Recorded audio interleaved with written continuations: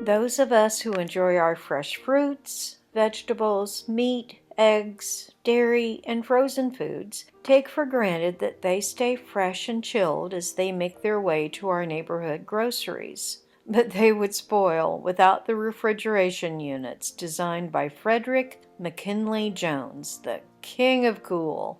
While his nickname makes him sound like a jazz great, he was one of our nation's most prolific inventors and entrepreneurs, taking out over 60 patents, at least 40 dealing with refrigeration.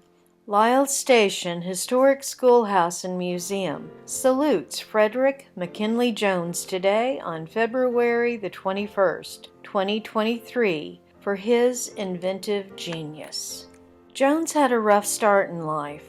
We know next to nothing about his African-American mother, who left when he was a baby. He was raised by his Irish father, John Jones, in Covington, Kentucky. His father, a railroad worker, realized he could not raise a young boy alone and sent him to live at a Catholic rectory in Cincinnati, Ohio, when he was 8 years old. Within 2 years, Frederick's father passed away. Now an orphan, Jones left school by age 11 and took on odd jobs. In one business, he started as a garage cleaning boy, but within 3 years was employed as an auto mechanic and then promoted to garage foreman. A few years later, when he was 19, he moved to Halleck, Minnesota, where he lived for over 20 years. He started as a mechanic on a 50,000-acre farm owned by James J. Hill, the owner of the Great Northern Railroad. Jones learned a great deal while working for Hill, earning his engineering license by 1913. He felt at home in Halleck, where he believed a man was judged more on his character and ability than on the color of his skin. We need more places like that. World War I reared its ugly head, and Jones served in an all-black unit. Then his supervisors noted his mechanical skills and swiftly promoted him to sergeant and had him working as an electrician, outfitting the camp not only with electricity, but also with telegraph and telephone services. He was also placed in charge of teaching the other soldiers.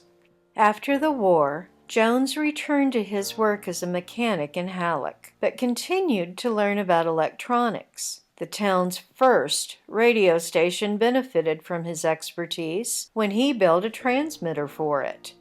Jones brought sound to the silent movies when he invented a device that combined sounds with moving pictures. He was later hired to convert silent movie projectors into audio-visual projectors.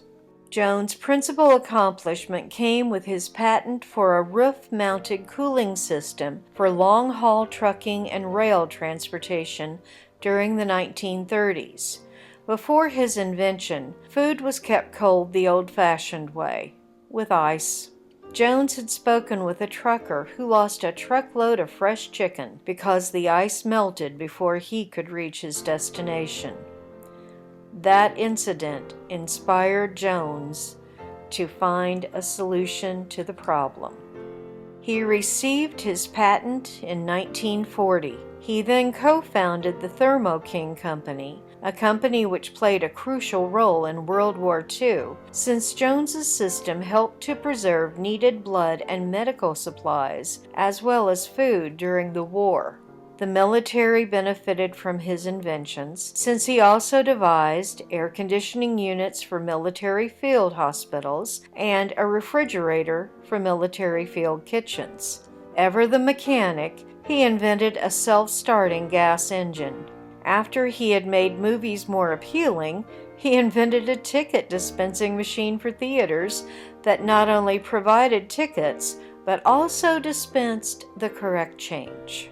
Among his other inventions, he designed a prototype for the modern snowmobile, outfitting the body of a small airplane with snow skis, and he invented a portable X-ray machine.